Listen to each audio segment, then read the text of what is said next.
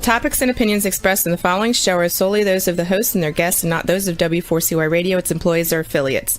We make no recommendations or endorsements for radio show programs, services, or products mentioned on air or on our web. No liability, explicit or implied, shall be extended to W4CY Radio or its employees or affiliates. Any questions or comments should be directed to those show hosts. Thank you for choosing W4CY Radio. Inarticulate speech, inarticulate speech of the heart. Inarticulate speech, inarticulate speech of the heart.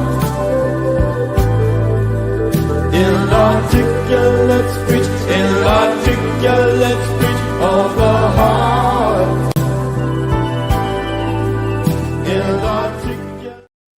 Hello and welcome to It's Your Voice, the show that hosts enriching conversations in diversity. My name is Bahia Yaksan. I'm a diversity educator and a core alignment coach, which means I train people in identifying patterns of bias, learning how to step out of them, and cultivate new patterns of attitudes and behaviors that are far more inclusive and create a greater sense of belonging for anyone around. If you want to check out some of my sample courses, you can go to my website, which is knowwhatyouvantcoaching.wordpress.com. We have an amazing episode tonight, and I'm really grateful for my two guests. And I think I'm going to read their bios because I don't want to miss a word. What they've done already is amazing, and I think if our engineer can bring them out, people can see who I'm talking about. Thank you so much. Welcome. So good to see you. And I'll read your bios, and thank you for waiting while I do this.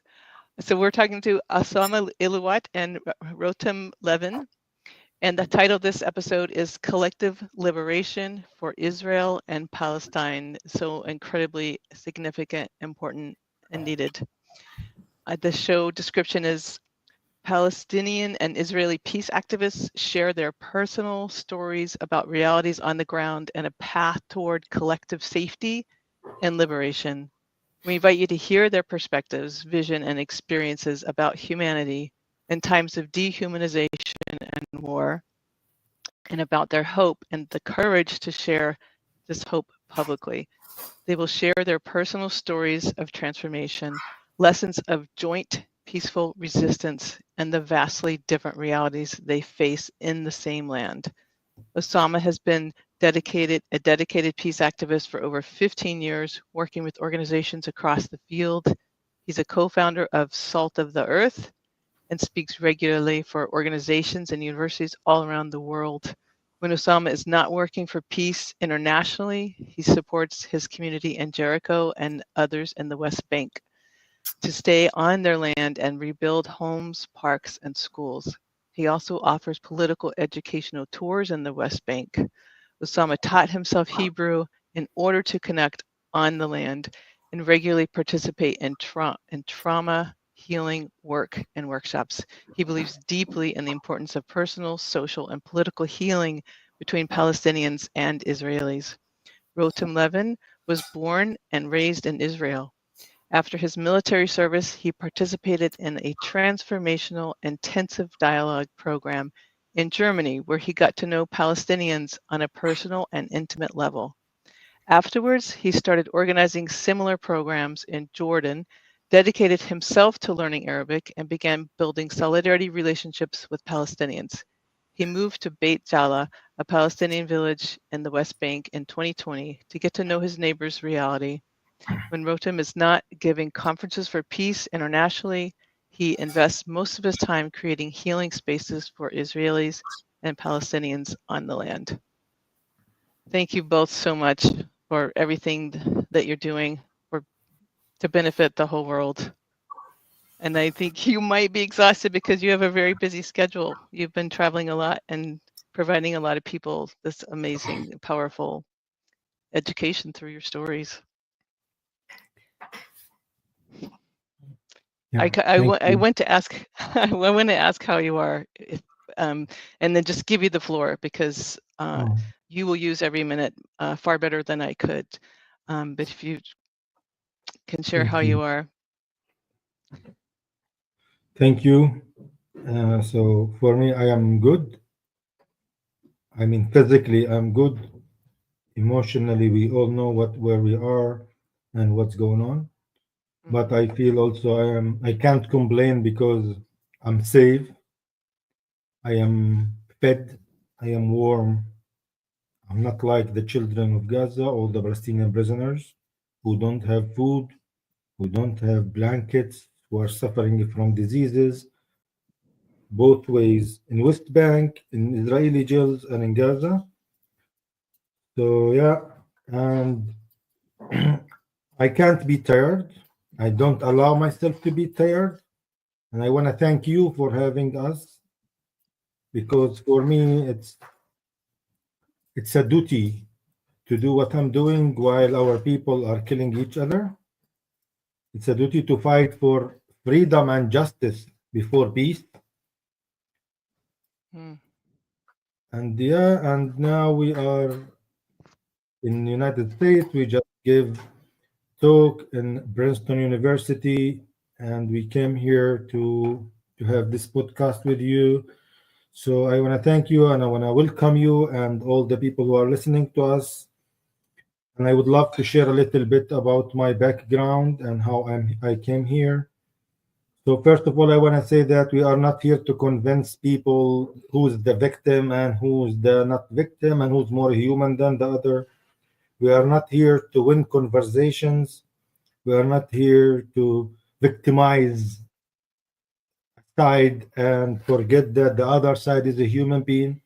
We are here to talk about realities and to talk about injustice and to talk about international corrupted community that they are not standing for their beliefs and not standing for the international law and not standing for human rights, and that's what allow our situation to be the way it is. Thank you. Rotem, how are you doing? Yeah, I'm a bit exhausted. We do it since 14 months almost, speaking every day. We just finished another talk in Princeton University, and yeah, I feel also like that I cannot stop what I'm doing because while people are being massacred in our land every day and people don't have food, if I have the privilege to speak and the ability to speak to people and to bring the voice of the voiceless, I feel like it's a duty. And yeah, it's not easy. It's not easy because we keep following the reality and we keep seeing every day how the situation is keep escalating and millions of people don't have food, and it feels surreal, like to realize that we are in 2024 and people don't have food and it's all human made, it's all politics. So it makes me very sad that we reached this place and that we couldn't prevent it. And I think that it's never too late. It's never too late because it can get much worse. And I think at some point, if we will not wake up and change the direction, it will reach everyone. It will reach all of us, because when there is injustice somewhere, it means, or it endangers justice everywhere. And it will reach also US land or the Turtle Island or whatever people want to call this place. And I think, yeah, it's time to wake up and to realize what is happening. And again, we are doing it not to convince you that one side is more human than the other. There are humans on both sides. Both are traumatized. Both believe that they fight for their existence.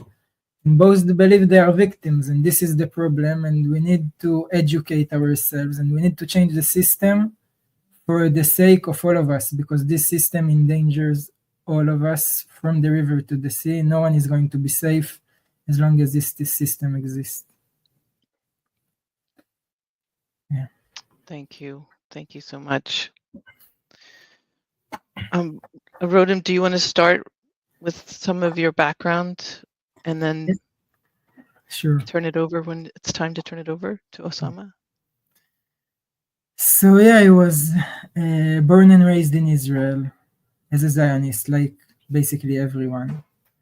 I believe that Zionism is my safety, that we have a Jewish and democratic state. And yeah, I didn't know anything about Palestinians. I grew up in a Jewish bubble. I didn't know Arabic because they don't teach us Arabic in the Israeli schools.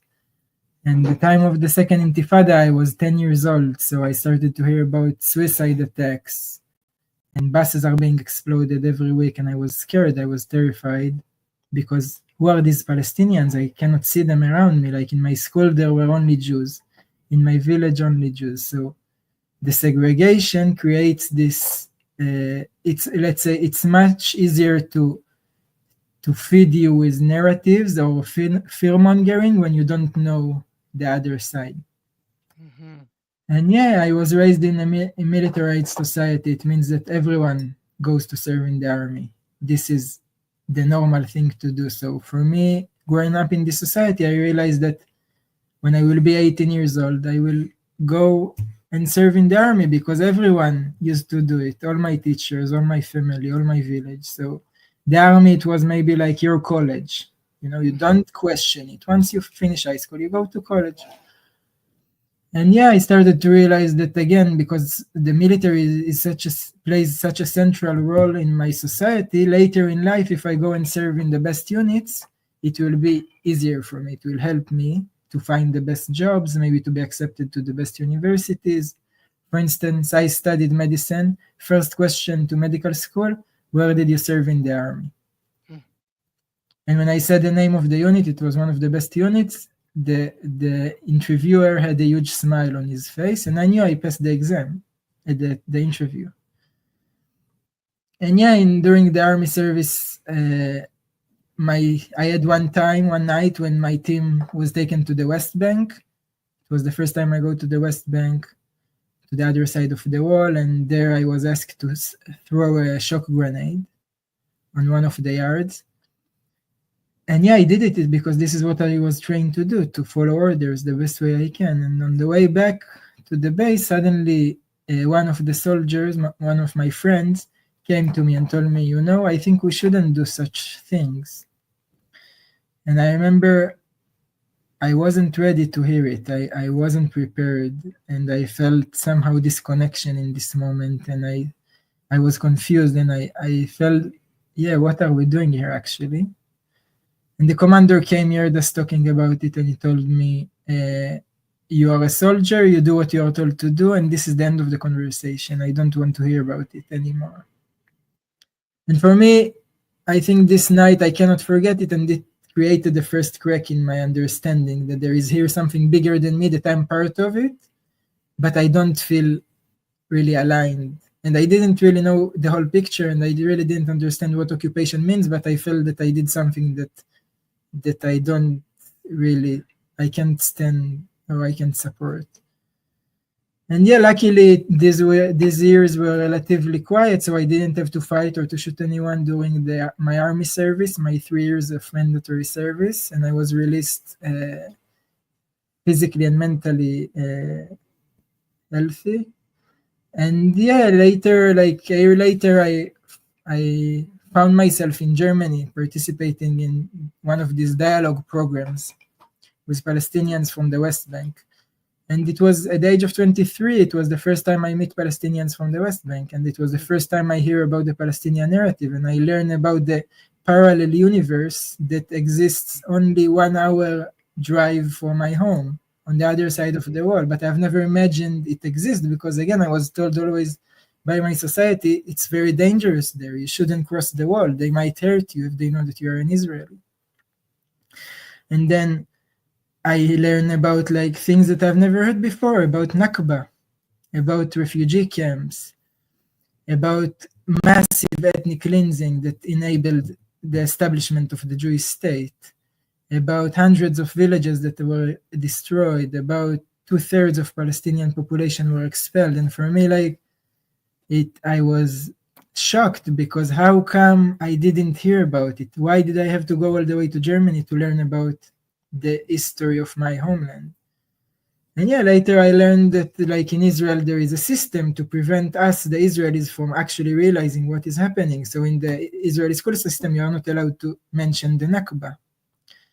And the media, of course, it's completely complicit with all this narrative. And in theaters, you are not allowed to mention Nakba and etc. Like you have many ways and practices that Israel uses to prevent Israelis from realizing what is happening.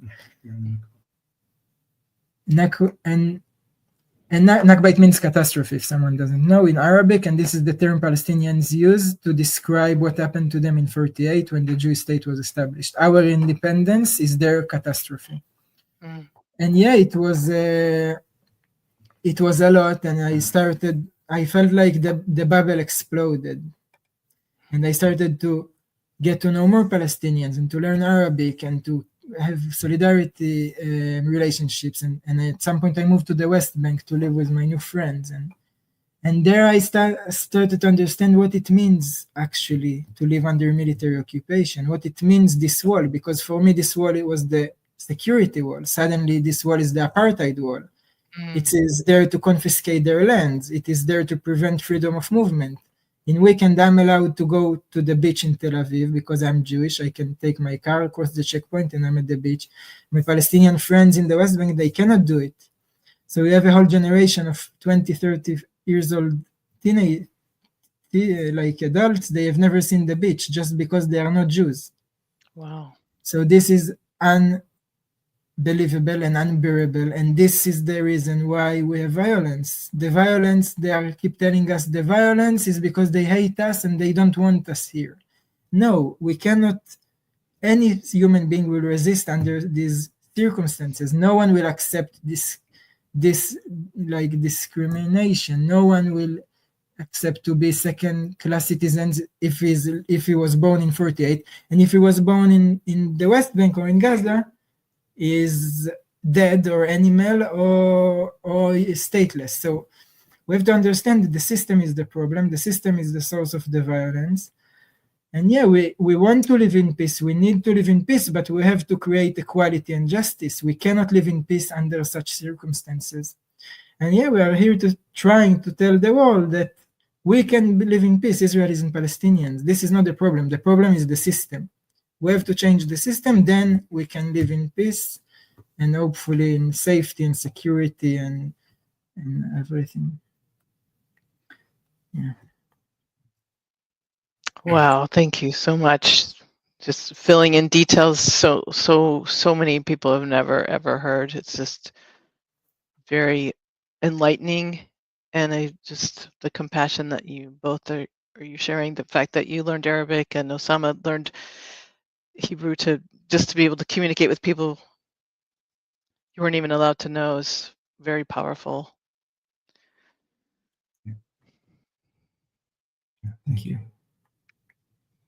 Osama, are you Yeah. going to step in here? Thank you so much. So, yeah, and I grew up on the same land, different reality, different story, different life, different laws, even, you know. We live on the same land. We receive rights according to our faith.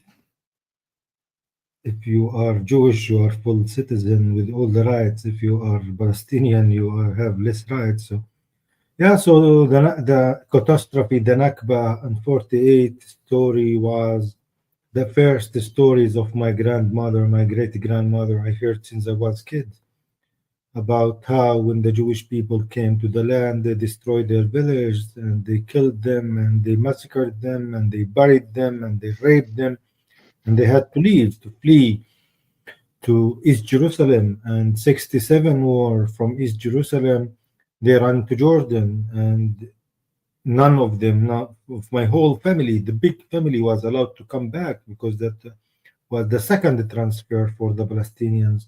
And the transfer is still happening until today, different levels, different ways. Yeah. And my family, my grandfather was brave enough to sneak back to the land. He was the only one from his whole family who sneaked back to the land. to Jerusalem. And we were expelled from Jerusalem again in the 80s because there's a lot of laws for Arabs only. If Arabs don't live like we have like a green card in Jerusalem, we don't have citizenship. So we are residents, even though I know 7 grandfathers, great grandfathers were born in Jerusalem, I'm still resident, not citizens of my own country. And every American, Russian, Ethiopian, Moroccan, I don't know, Jew in the world have more rights on my land than me. Yeah, so that's all what I knew about Judaism. I used to see full armed soldiers in front of my school. Soldiers used to shoot at our school, tear gas. We ran terrified as children. I was traumatized most of my life from these people, and the only thing I knew about them that they are Jews and they are colonizers and they are not from the land and they don't belong here, and they came to control my life, and they were proving this every day that they don't care about me, they care about themselves. And yeah, and at the age of 14, when I grew up in a place where there is shooting and killing and fears and occupation and soldiers and army and military rules every day, I start to resist like everyone else. And I started to write graffiti on the walls, and I started to raise the Palestinian flags. And yeah, and I was arrested for that because we Palestinians don't have any rights. We live under military rules. The army can arrest us for no reason. There is a law in Israel called administrative detention that they can arrest any Palestinian, kidnap any Palestinian, keep them in jail from 1 day up to 3 years without trial, without going to court. And if we go to court, we don't go to the court, the same court like Rotem or like the settler who lives 5 minutes away from me. I go to military court where the army is the judge, and they are the police, and they are the judge, and they are the civil. There's no civil services for me. And yeah, and to be honest, I wasn't resisting as a kid because I want to liberate Palestine and kick the Jewish people out. I was resisting out of fears, out of trauma of this soldier who used to beat my teacher, who killed my friends, who arrested my father, who scared my sisters, who demolished the house of my neighbor. That's all what I knew about them. Yeah, and then I started to hear about peace agreement, about Oslo agreement, and I felt so happy that we're gonna reach this peace and we're gonna have kind of safety, because as a kid, as a teenager, I was not allowed to leave the house after sunset. I did not feel safe in my house. I did not feel safe in my school. They used to enter to our schools and beat our teachers. And after a few years of Oslo, I started to realize that this peace is not really working. You know, they promised us to give us 22% of our homeland, and every day they are building settlements. They are destroying our homes, building illegal settlements, controlling our life, controlling our income, controlling our economy, controlling our borders. And this is against the international law, and this is against the peace agreements. But all the democratic countries in the world are supporting them no matter what. And I felt like this is hypocrisy and this is not right. And I wanted to resist again and again, and I kept resisting because I felt life doesn't mean anything when you don't have rights, when you don't have any kind of hope for the future, when you don't have job, when you don't have playgrounds, when you don't have theater, when you don't have like whatever stage to sing or to dance or to do anything in your life. You have only soldiers and army and fears and killing and death. Yeah, so I was like doing all what you imagine until I get arrested again. And yeah, and I was very lucky that with Oslo agreement I was released at the beginning before I joined them, and that's why I joined them. And then I felt like this is not working. The only way is to fight. The only way to fight against this occupation is to fight them, to hurt them the same way they hurt you. And in 2010, I ended up in a place where I met a group of Israeli Jewish people by chance, and I was so mad that I ended up there because, as a Palestinian who believe that I'm the only victim in the world and I have all the rights and I have the right to resist and the whole world against me, I felt like why I would listen to these people. They even killed their own prime minister because he signed peace agreement. Yeah, and I ended up listening, and I found out that I don't know everything, and maybe there is something I need to learn in this life. Even though I believe I'm the smartest one, and my beliefs are non-broken, no one can change it, And I started to hear Israelis talking about catastrophe, talking about the Nakba, talking about acknowledgement of what they have done, talking about occupation, talking about fighting this system that support or serve one people and don't support the other, and they are willing to fight with me and to stand with me and to danger their jobs and their work and their future to support me. And I started to think, in order to break the system, I can't keep using their own tools. They want me to hate, because hating each other is the best way to serve the system. And you can't change system by using their own tools. Hate and separation and being the only right one and being the victim, that's what they want me to be. And I decided maybe to break the system, to work against the system. The system wants me to be enemy with Rotem. I want to be friend. They want us to be separated. We decided to be united. They wanted us to fight each other to keep the occupation. We are fighting together to end the occupation.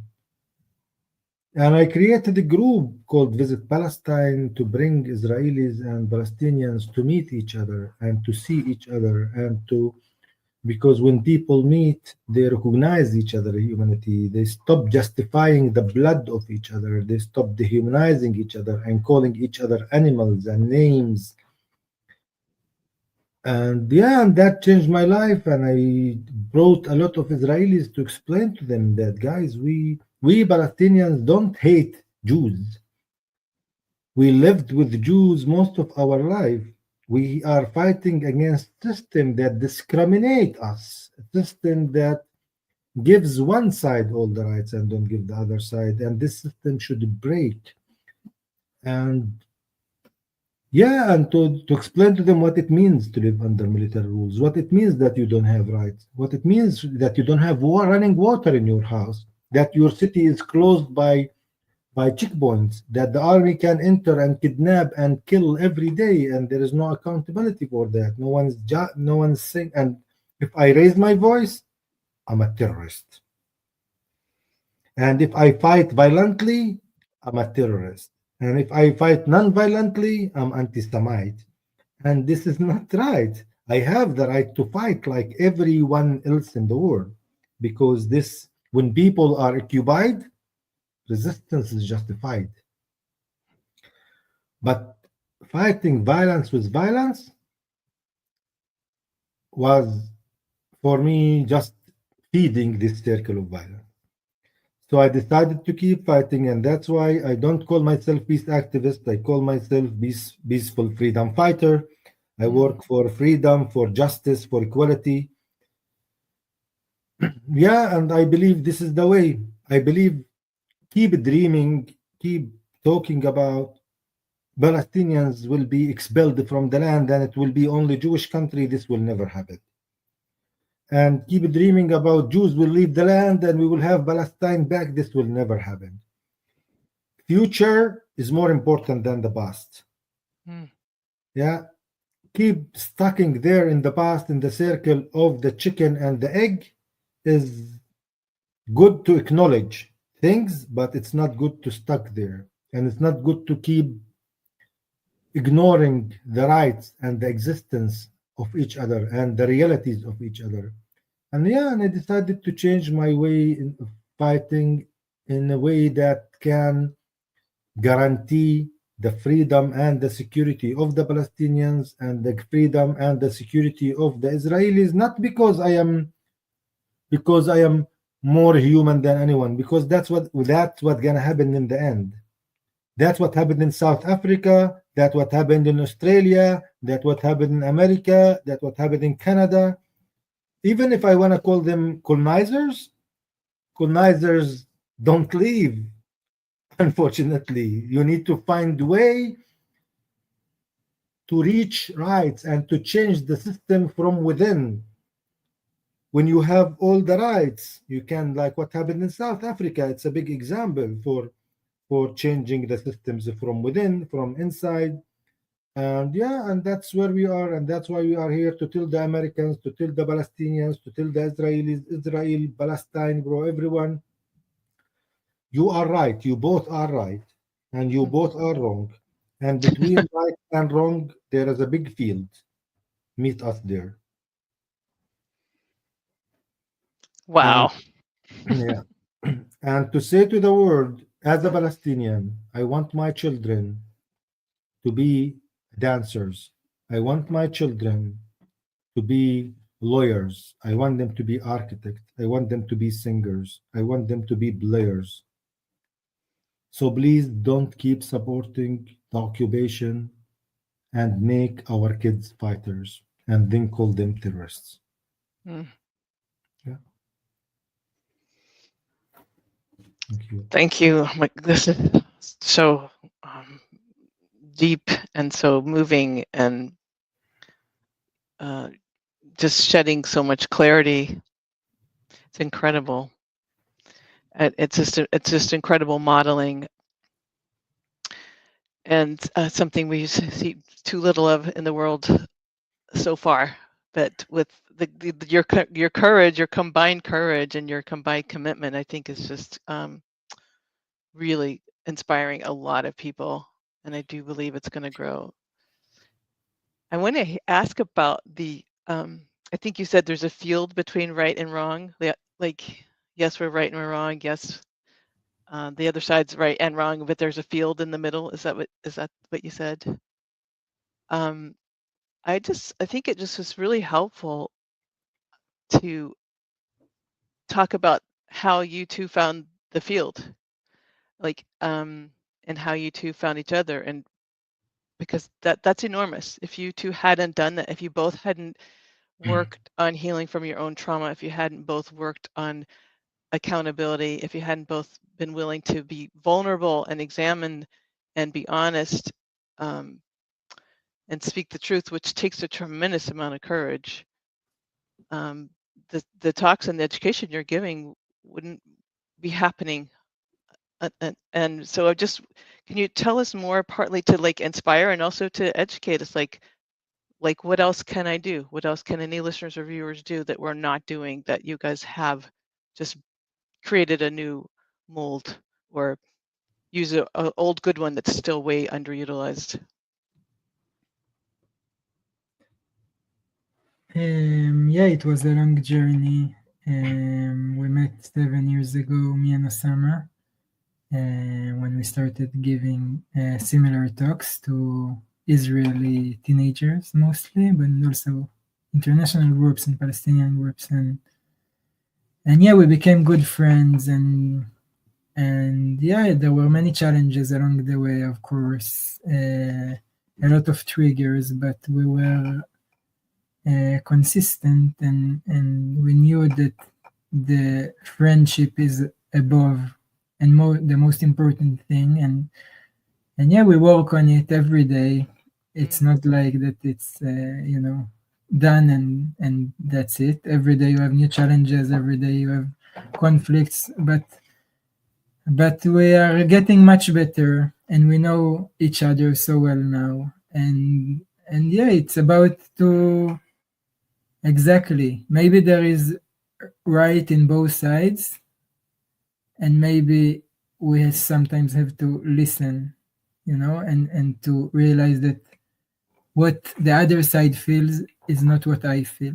And what it means to someone else, it doesn't mean the same to me. So we experience different things simultaneously, and we have to understand that, like, sometimes both of us are the victims, and sometimes there is pain on both sides, and we have to somehow take responsibility and sit and talk and listen and to see how we move forward together.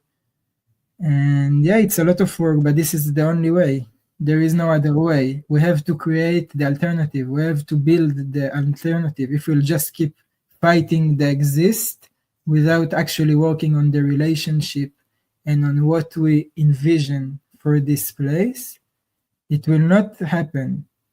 If we keep fighting the system and just fighting the system without working on what we want to do together, how we can be together on the land, how we can share the land, I think it's only partial. So yeah, we are here to say we have to fight the system, we have to build a new system, and we have to create bridges. We have to find ways to be together and to recognize each other. And yeah, I hope we inspire people, and we need your help. We need everyone's help, especially in the US, because without the support of the US, this horrific situation will not continue one day even. They are those who send the weapons, they are those who veto in the UN resolutions. So we need every American to understand that you are also complicit in this situation. And we need to unite and build the movement and to show them what we want them to do, because we are those who elect them. They work for us. And sometimes they forget it. Yeah. That's so many great points you just made. Yeah. And I want to say, a wise person said, yesterday I was smart. And I wanted to change the world. And today I became wise. And I decided to change myself. Mm. And I think that's where the change starts. Because we decided if we don't live in peace, we should allow peace to live in us. Mm. We should understand that we both are human beings. Rotem, it's not his fault if his grandfather was colonizer or he came back to his land or he occupied me or whatever. And it's not my fault that he has the Holocaust. But if we keep fighting over these things again and over again, we're just feeding this circle of violence. And when you succeed to leave the storm behind you, you will not even remember those who hurt you. You will not even remember those who want to hurt you. But karma will remember and will never forget. And I believe there is a reality and there's a dream. And for me, my dream is to see everyone living on the land equal. The reality is difficult today, but the dream is to see everyone living on the land equal, where all of us have the same rights, have the same freedom of movement, speaking the same language, living at the same cities, using the same public transportation, studying in the same schools. That's how we break the system. That's how we make change. By fighting together, not by fighting each other. And yeah, and I believe this is the way, and believe this is our hope. And I believe, it just keep fighting to be right will not take you anywhere. For me, I don't want to be right. I want to be happy. I want to be safe. I want to be free.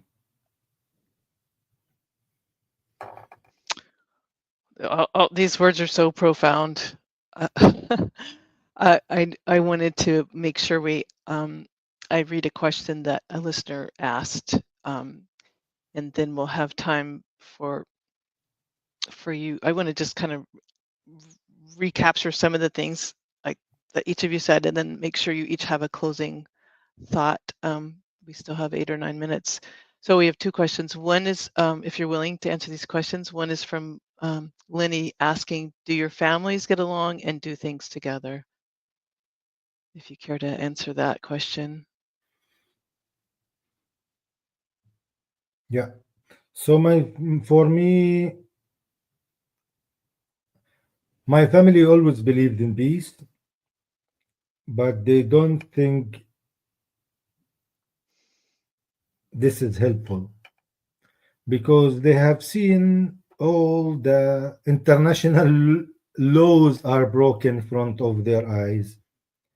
The countries who are lecturing us for human rights and children rights and women rights and animals rights and gays rights and all these rights are sending weapons to support genocide and to support death and to support massacres and not to support the humanity.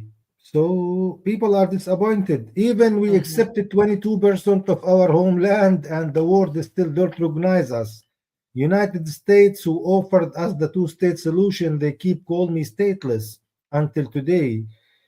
Germany called me stateless. All these countries, they don't see in me human being enough to be recognized. Yeah.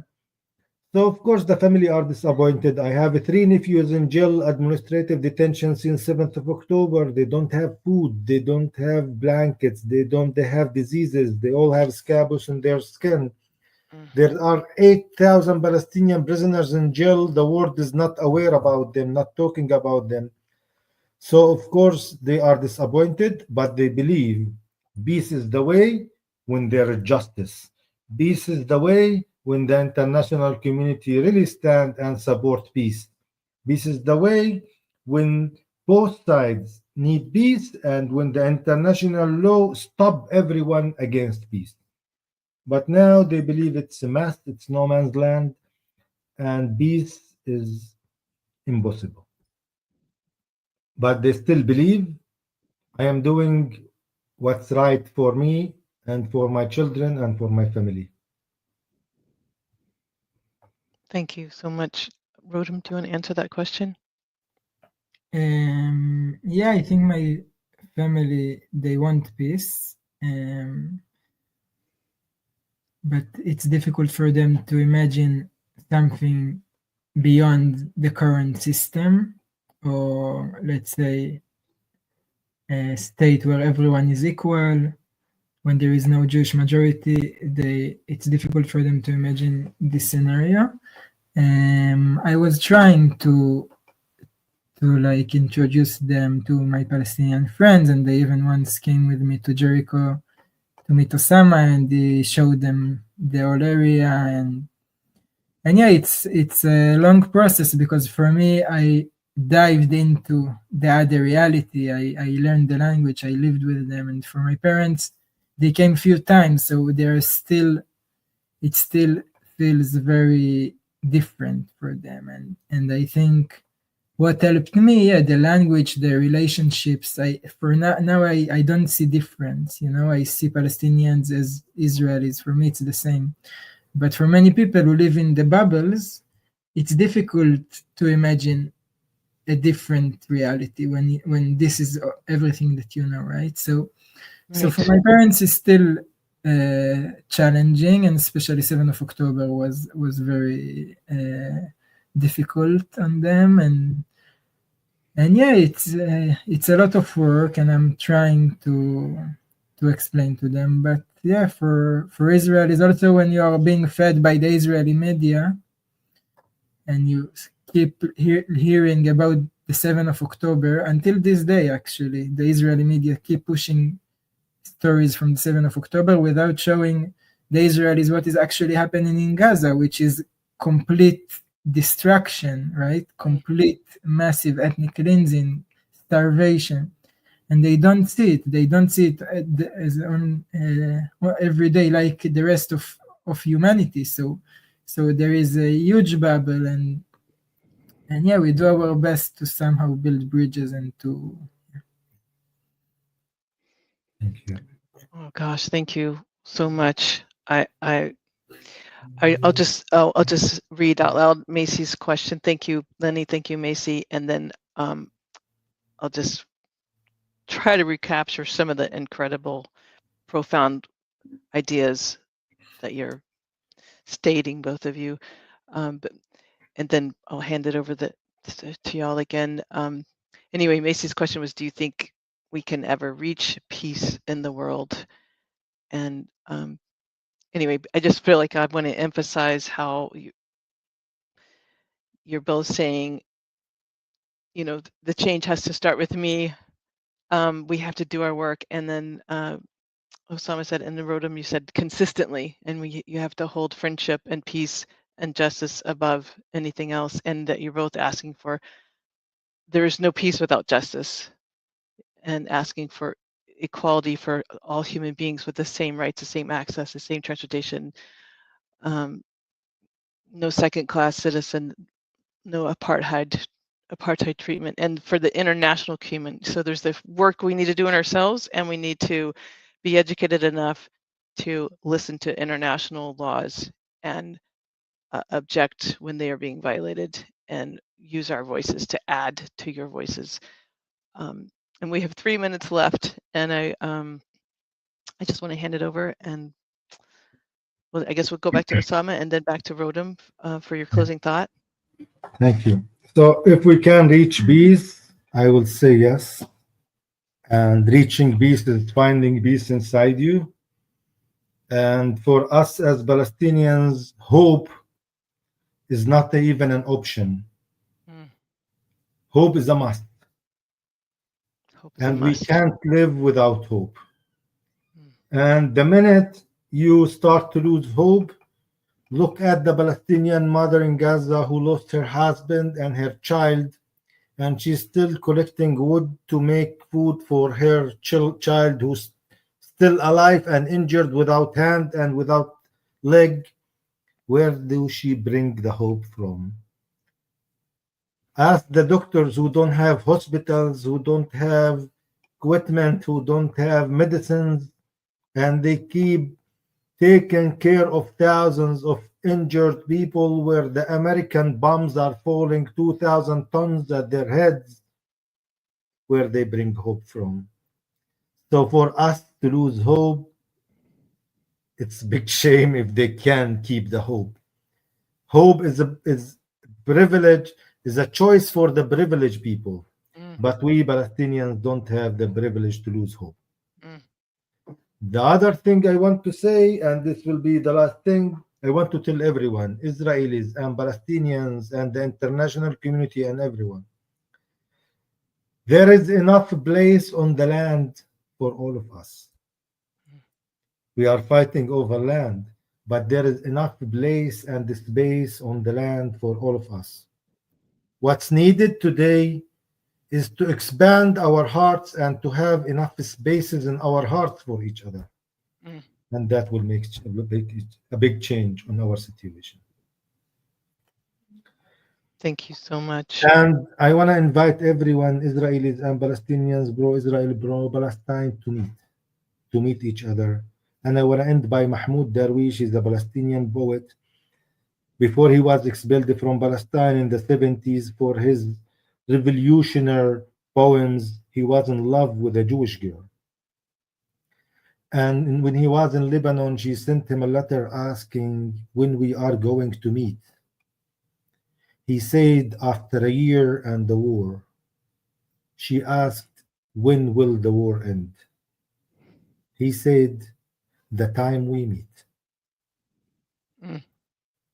So meet, recognize the pain of each other, recognize the humanity of each other, recognize the rights of each other. Don't add separation to our separation. This will not help us. Thank you. Thank you.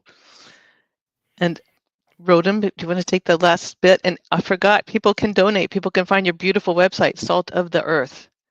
I'm sure funding would help with your travels and getting more and more exposure for more and more people.